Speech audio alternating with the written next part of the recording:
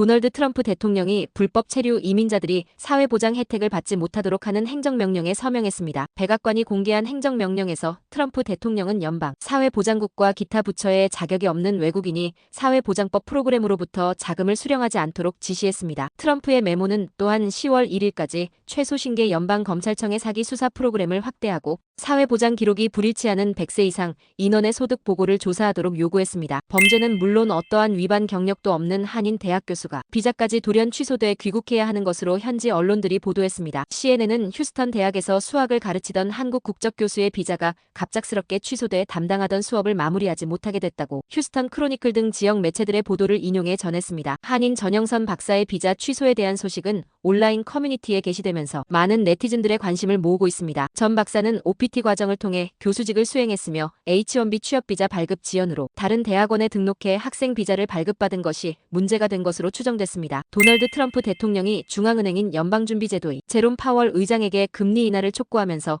그가 조기에 물러나길 희망한다는 입장을 밝혔습니다. 트럼프 대통령은 소셜미디어 결정이 항상 늦고 틀리는 연준의 파월이 어제 또 하나의 전형적인 엉망진창 보고서를 냈다고 비난했습니다. 파월 의장은 어제 시카고 이코노미 클럽에서 한 연설에서 지금까지 정부가 발표한 관세 인상 수준이 예상보다 훨씬 높다면서 경제에 미치는 영향도 마찬가지일 가능성이 높으며 이는 인플레이션 상승과 성장 둔화를 포함할 것이라고 밝혔습니다. 트럼프 대통령은 파월의 임기는 빨리 만료돼야 한다고 언급하기도 했습니다. 이런 발언은 파월의 조기 사임을 압박하는 취지로 해석됐습니다. 트럼프 대통령에게 반기를 든 하버드 대학교를 향한 행정부의 공세가 연일 이어지고 있습니다. 앞서 수십억 달러 보조금 취소와 대학 면세지위 박탈 추진에 이어 이번엔 하버드에 재학 중인 해외 유학생을 전수조사에 꼬투리가 잡히면 모조리 입학을 취소시킬 수도 있다고까지 엄포를 놓았습니다. 로이터 통신은 국토안보부가 오는 30일까지 유학생 비자로 하버드를 다니고 있는 학생들의 불법, 폭력, 위협, 권리침해, 기물파손 등의 행동과 관련한 기록을 모두 제출하라고 요구했다고 보도했습니다. 아울러 유학생 비자 발급생에 대한 정보를 모두 제공하라고도 요구했습니다. 크리스티놈 국토안보부 장관은 만약 제대로 된 보고 요건을 갖추지 못하면 하버드대는 외국인 유학생을 아예 받지 못하도록 권한을 박탈할 것이라고 밝혔습니다. 트럼프 대통령이 미국과 일본 간 첫 상호관세 협상에 직접 참여해 주일미군 방위비 협상을 거론했다며 협상 진행 상황에 만족감을 드러냈습니다. 트럼프 대통령은 일본의 최고위급 무역 대표단을 만났으며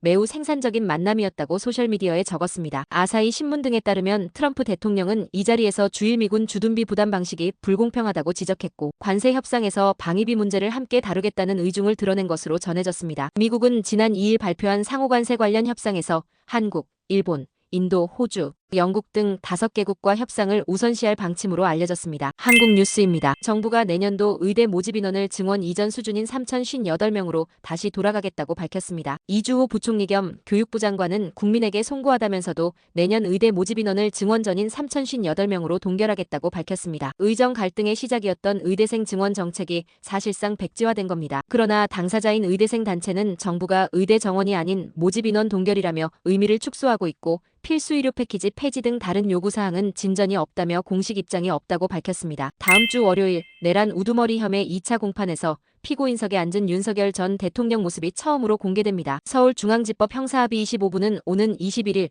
오전 10시에 열리는 윤석열 전 대통령의 2차 공판에서 법조 영상기자단과 사진 기자들의 법정 촬영을 허가했습니다. 이에 따라 윤 전 대통령이 법정에 들어서 피고인석에 앉은 뒤 공판이 시작되기 전까지 모습이 국민에게 처음으로 공개됩니다. 앞서 재판부는 지난 14일 열린 첫 공판 때는 촬영을 허가하지 않았는데 전직 대통령들의 사례에 비춰 특혜가 아니냐는 지적이 나왔습니다. 재판부는 윤 전 대통령 측의 의견을 묻는 절차를 거쳤다며 국민적 관심도와 국민의 알 권리, 피고인 등 관계인의 법익 등을 종합적으로 고려했다고 밝혔습니다. 윤 전 대통령 측은 피고인의 무죄 추정 원칙과 변호인들의 초상권 보호 등을 이유로 불허해 달라는 의견서를 냈지만 받아들여지지 않았습니다.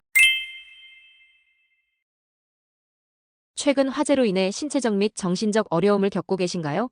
또는 피해를 입으신 지인을 알고 계신가요? 푸틸 플러리시는 치유와 회복을 돕기 위해 다음과 같은 지원을 제공합니다. 지원 내용 최대 10회의 무료 치료 세션 제공. 필요에 따라 한 회 또는 최대 10회까지 맞춤형 지원이 가능합니다. 심리적 및 정신적 회복을 위한 전문 치료 및 상담이 제공됩니다.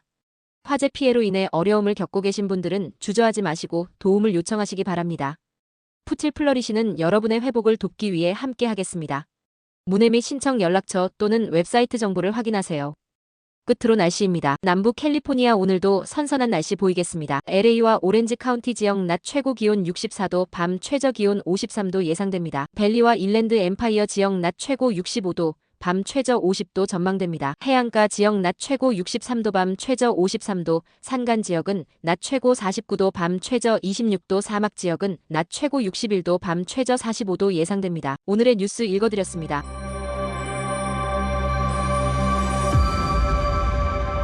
고맙습니다.